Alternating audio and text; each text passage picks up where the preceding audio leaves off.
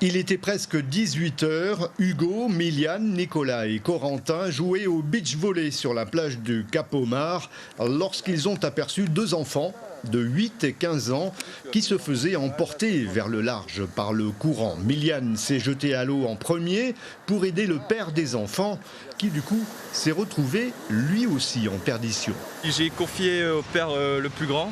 Moi j'ai pris le plus petit, puis j'ai commencé à le ramener et j'ai vu que le père savait pas nager et qu'il se faisait emporter encore plus loin avec le grand.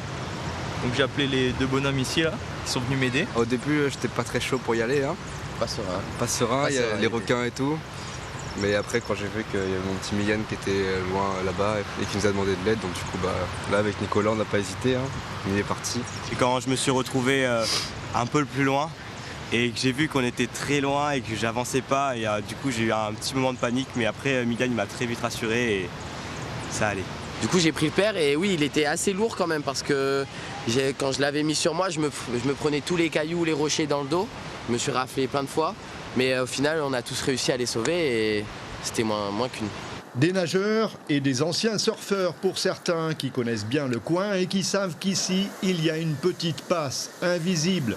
Il ne faut surtout pas nager contre le courant, mais vers les côtés pour rejoindre la berge. Bilan 3 vies sauvées, de quoi décerner une nouvelle médaille à nos nageurs pays. Ça La Réunion ça La Réunion ça.